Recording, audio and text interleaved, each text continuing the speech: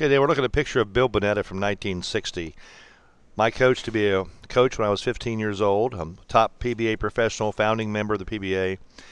But look at his finish position. Look at his shoulder. His bowling side shoulder is dropped. The ball is close to his ankle. His trail leg is on the ground. Uh, Actually pretty common to the position that most of the top players are in today. Okay, so let's look at another top PBA professional from that time period. This guy will mean something to you because he's Pat Patterson, who was on the famous Budweiser team for many years, who held the record for team score for 30 years or so. And if you look at him, this is back in 1955, I believe.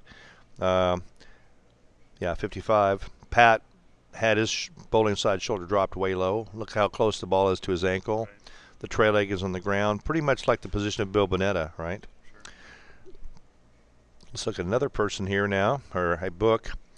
This is I have a big collection of bowling books. This is the Bowling Tips from Brunswick Champions. And this is Bill Tucker on the cover, another old-time PBA member, National All-Star Champion, which is the same as the Masters now. His bowling side shoulder is down. His trail leg is up on this one, but still that dropped shoulder, that finish position is very similar to the other two guys we saw. And this is on a bowling book on how to bowl, tips from Brunswick Champions. And you're a Brunswick staffer, so some of the history of Brunswick there for you. Another bowling book that I liked, Pro's Handbook of Bowling with Eddie Lubanski, who just died a couple of years ago, on the cover. That old AMF logo, huh? His ball is close to the ankle. His shoulder is dropped. His trail leg is near the ground. So very similar positions, all three of these guys. We think, this is a little humor for me, we think the kids invented the high backswing. Yeah. Check out Catherine Helmuth from 1948. Wow. Look at that backswing. And look at her balance arm out front. That's where most of the top players have their balance arm nowadays, not pointed to the wall, but out front with the thumb. Her thumb is up. But that old bar return, those old bowling balls, and a single ball bowling bag. When was the last time you saw one of those in a top player's hands, right? Doesn't happen anymore. Okay, so now we're going to get to the modern game of bowling, which to me is really a misnomer because the players that I just showed you are going to be very close to what you see the top players do today. So I think we've just gone back to the old game. That's what the modern game is. Somewhere in between we got to the idea we had to have square shoulders, not to drop our shoulder, not to have a high backswing, those kind of things. But now the modern game has returned, I think, to where it was at in the 50s and 60s when the legends that made it possible for us to do what we do now founded the sport, pretty much the modern sport of bowling, and when it began to be on TV and be noticed and be a common thing to see competitive bowling, in the environment. So let's go through this. The first thing is the stance and start. And a lot of people think, well, gee, I know about the stance and start. Why should we talk about this at the Kegel Training Center? Well, because most of the top players I've talked to, like Chris Barnes, has to work in his first two steps to make his game work.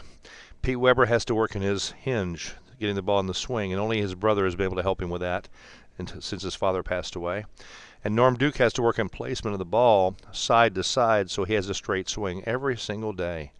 Every day, as much as those guys play, I've asked them all this directly, and they tell me that they have to do that. So you'd think as good as they are and as much as they bowl, they would be automatic and they wouldn't have to worry about that stuff. Not true for the top players. So even the best of the best have to stay on top of certain things in their basic fundamentals. This is what I'm trying to point out to you.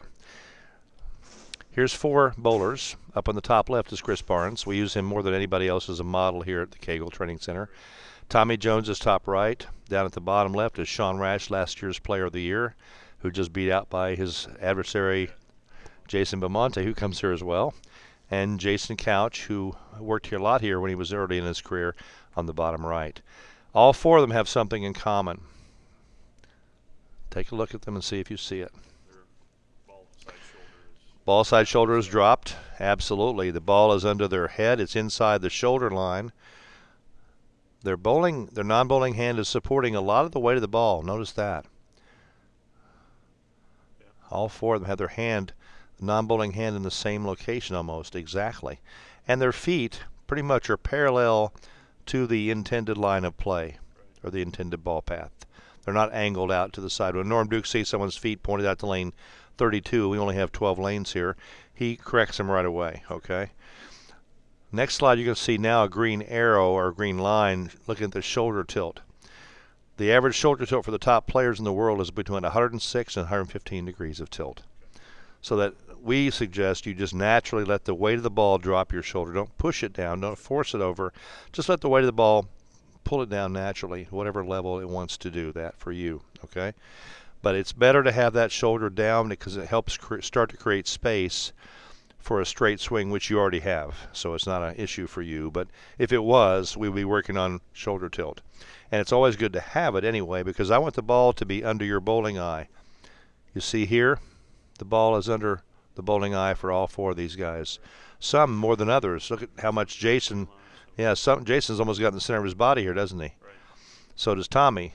And these guys are more under their eye itself. But say Tommy was left eye dominant. Right now, his bowling ball is right under both eyes, so it takes away some of that eye dominance, I believe, okay? Makes it less important. So we're going to show you an actual video right now real quick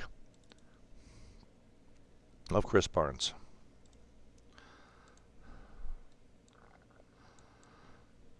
Again, we use him more than anybody else as a model.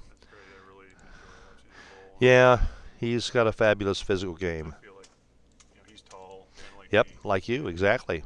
Built a lot like you, very much so. Athletic, bowling style body.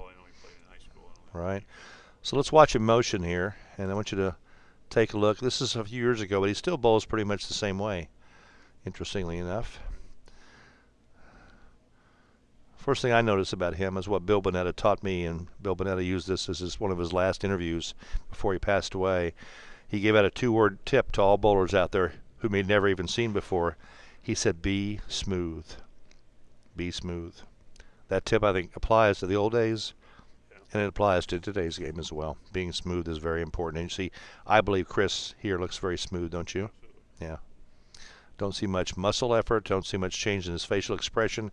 That's the benefit of a front view video, which you'll see of yourself today. As you can, the face tells a lot about what's happening in your body. And when you see your face contort or your expression change dramatically during your approach, something is going on muscle-wise. And muscle is usually the biggest cause of inaccuracy and inconsistency in our sport. So here's Chris. Head steady from the top of the swing through the finish. Facial expression pretty calm and steady. Smooth. But watch his footwork now.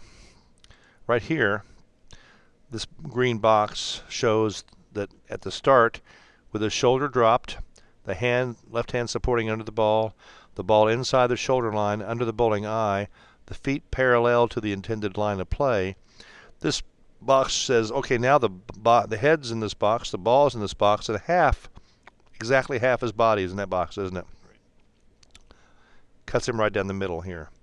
He takes 5 steps. I believe you do as well, don't you? Yeah. His first step goes straight, as you see right there. Then his second step goes right in front of the first step. See it cross over? Yeah, it makes a space right there, as does the shoulder tilt. Then he steps straight again. Then he steps across in front again, and now what's in the box? Just the head and the ball. The body is completely out of the way. Completely out of the way. So he's got a straight swing slot created now because he's actually walking from right to left, isn't he? He's not walking straight to the foul line. He's drifting from right to left. You see his body half in the box here, and after 4 steps, it's totally out of the box as he goes into the slide and the finish. Okay. Now he slides back a little bit to center for balance. All of us have to do that. We want to get that foot under our belly button because that's the center of gravity for the body pretty much. So that foot and the belly button have to be lined up in order to hold balance. And you see, as we saw with the old timers, he looks very similar to the old timers now, doesn't he? From the 50s and 60s. That shoulder's dropped, the ball is close to the ankle, trail legs on the ground, just like Bill Bonetta, just like Pat Patterson, just like those bowling books I showed you. So we talk about the modern game. I still say it's really not the modern game. You know, it's the old timers game. Of course, I'm more of an old timer. That's why I like to say that. All right, so follow through comes right up through the face, and that's what's true for most all players today. Okay,